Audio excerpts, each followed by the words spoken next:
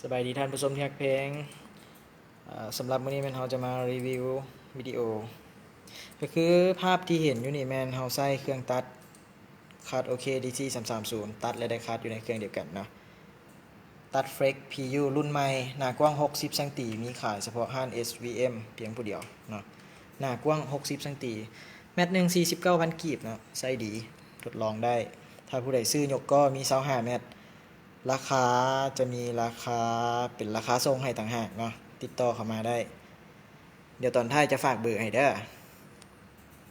สังเกตเบิ่งเนาะเฟกเขาจะตัดปีนด้านอันนี้จะเป็นด้านแท้แต่ตอนตัดเขาจะมีเทคนิคการสอนต่างหากมีทีมงานเขาสอนเนาะนี่เป็นเบอร์โทรเดี๋ยวซูมเข้าไปเบิ่งก่อนเบอร์โทรเบอร์โทรด้านถึงเนาะคือหลังจากตัดแล้วจะมีการแกะให้เป็นรูปลักษณะออกมาเป็นประมาณนี้บ่ฮู้ว่าสิถูกใจท่านผู้ชมหรือบ่เนาะต่อไปเราจะนำเอาเฟรกที่เราเฮ็ดสำเร็จนี่แล้วไปรีดสกรีนด้วยเครื่องรีดความร้อนจะไปรีดใส่เสื้อให้เบิ่งเลยเนาะเดี๋ยวนำกันไปเลยเจ้าแล้วตอนนี้เราก็อยู่กับเครื่องรีดร้อนเรียบร้อยเนาะ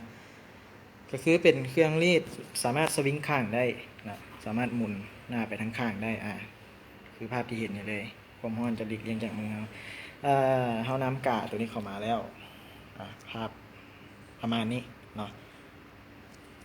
ต่อไปก็คือก่อนที่เราจะมารีดเราจะมาปรับความอัดแน่นก่อนเดี๋ยวเรามาจัดเสื้อใส่กันเลยเนาะต้องจัดเสื้อใส่พร้อมเพราะว่าเราจะได้รู้ความหนาของเสื้อและการหนีบการอัดแน่นมันจะอยู่ในระดับที่พอดีกันเลยถ้าเราจัดเสื้อใส่อยู่ในระดับที่พอดีแล้วสวิงเอาหน้าลีนฮอนเข้ามาวันนี้เราลองงับเบิ้งเดี๋ยวเราสังเกตเบิ้งสปริงเราลงอยู่ในระดับเกือบครึ่งนึงเนาะการอัดแน่นของเราจะถือว่าเป็นมาตรฐานเลยถ้าว่าสปริงเรายังอยู่บ่ลงเกือบครึ่งนึงอยู่สูงเกินไปก็เฮ็ดให้ความอัดแน่นของเราบ่แน่นเวลาที่ว่าเรารีดไปแล้วเนาะเวลาไปซักก็อาจจะมีความเสี่ยงต่อการลอกแต่ว่าเทคนิคที่รีดจังใดเฮ็ดให้ติดทนโดนนานแม่นทางทีมงานเราเทรนนิ่งให้ฟรีเนาะต่อไปเราจะมาปรับความร้อนกันเลยหลังจากที่ว่าเราเสียบไฟแล้วเราก็เปิดสวิตช์ได้เลยเฟกคือเราจะตั้งอยู่170องศาเกินต่อไปจะเป็นการตั้งเวลา15วิโอเคหลังจากนี้ก็คือมีแต่รอท่าให้ความร้อนเราขึ้นฮอด170เนาะความร้อนเราปกติเส้นเก่าเส้นเคยความร้อนแมนเปิดขึ้นมาข้างทบีจะบวกอุณหภูมิภายนอกเข้าไปน้ำเริ่มต้นจาก30กว่าเนาะบางครั้งเขาตั้งเป็น170อาจจะขึ้นเป็น175หรือว่าเกือบฮอด180อันนี้เป็นปกติพอจะมีอุณหภูมิทางนอกเข้าไปน้ำเขาจะรอท่าจนกว่าความร้อนเขาจะขึ้นฮอดแล้วเขาจึงสามารถรีดเฟกที่เป็นรูปภาพที่ว่าเขาเห็นเมื่อกี้เนาะเป็นรูปหัวกะโหลกเป็นไ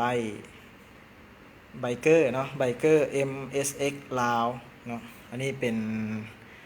ตัวอย่างที่ว่าเขาจะเห็นให้เบิ่งตอนนี้ขึ้นฮอด46องศาละเดี๋ยวตัวเลขก็จะแล่นขึ้นเรื่อยๆตอนนี้เมื่อเรารอท่าอุณหภูมิก็ขึ้นเกินไปแล้วนะขึ้นเกินไปเป็น179ก็บ่ต้องตกใจคือที่เราได้บอกไปเมื่อกี้นี่คือเครื่องรีดร้อนเราจะบวกอุณหภูมิภายนอกเข้าไปน้ำเนาะหลังจากที่ความร้อนแล้วก็คือเราต้องวอร์มเสื้อก่อนรอบหนึ่งวอร์มเลยยกขึ้นได้เลยการวอร์มนี่เป็นสิ่งสำคัญ1มันจะเฮ็ดให้เสื้อเราเรียบหน้าเสื้อเราเรียบผ้าเพเราเรียบหลังจากนั้นเราไปวางกาใส่จับเอาขึ้นมาเลยวางใส่ตามตำแหน่งที่เรากะไว้หรือว่าตามจุดที่เหมาะสมเนาะสังเกตเบื้องซ้ายขวาว่าสม่ำเสมอกันหรือยังถ้าสม่ำเสมอกันแล้วก็ตูดเข้าไปได้เลยสวิงเข้ามาสามารถงับเครื่องรีดลงได้เลยปึ๊บกดนับถอยหลัง ใช้เวลาเพียง15วิเท่านั้นเนาะบ่ได้โดน15วิบ่ฮอด1นาทีเลยนับในใจ15วิกับแป๊บเดียวเนาะเดี๋ยวรอถ้าเครื่องของเฮาฮอดแล้วจะมีเสียงเตือนเนาะโอเคมีเสียงเตือนกดให้มอดสามารถยกขึ้นได้เลยสวิงหน้ารีดความร้อนออกไป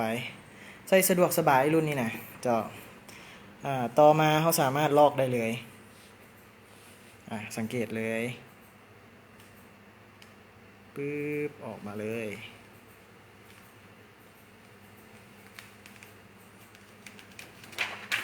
สวยงามหลายคือว่าเนียนเลยเนาะเดี๋ยวเขาซูมเข้าไปเป็นใกล้ๆประมาณนี้เจ้าสังเกตเบิ่งเนาะสีคมเลยแล้วก็ง่ายใช้เวลาน้อยประหยัดเวลาดีเนาะ